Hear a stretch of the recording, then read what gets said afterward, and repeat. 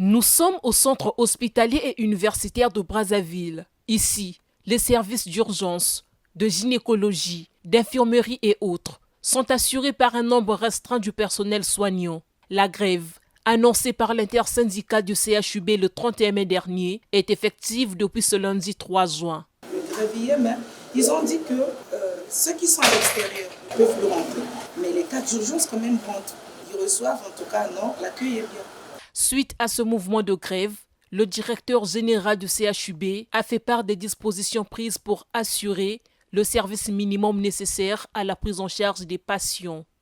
Vous avez appris par la presse ou par les réseaux que le CHU entrait en grève le lundi 3 juin à 7 h. Nous, en tant que travailleurs de la santé, nous avons à prendre en charge la santé des populations et que, malgré nos revendications, nous veillons toujours à ce que nous soyons organisés pour que les malades soient pris en charge et c'est ce qui se fait au CHU.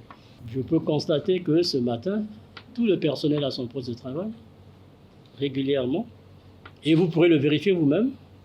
Et donc nous saluons cet effort des travailleurs en faisant appel à ce qu'ils ont toujours eu à faire depuis toujours, c'est-à-dire cet esprit de conscience professionnelle et en même temps d'abnégation, malgré les conditions qui sont difficiles. Donc, au CHU, le personnel vaque à ses occupations. Et évidemment, les syndicalistes sont appelés à veiller à ce que les malades soient pris en charge dans les meilleures conditions.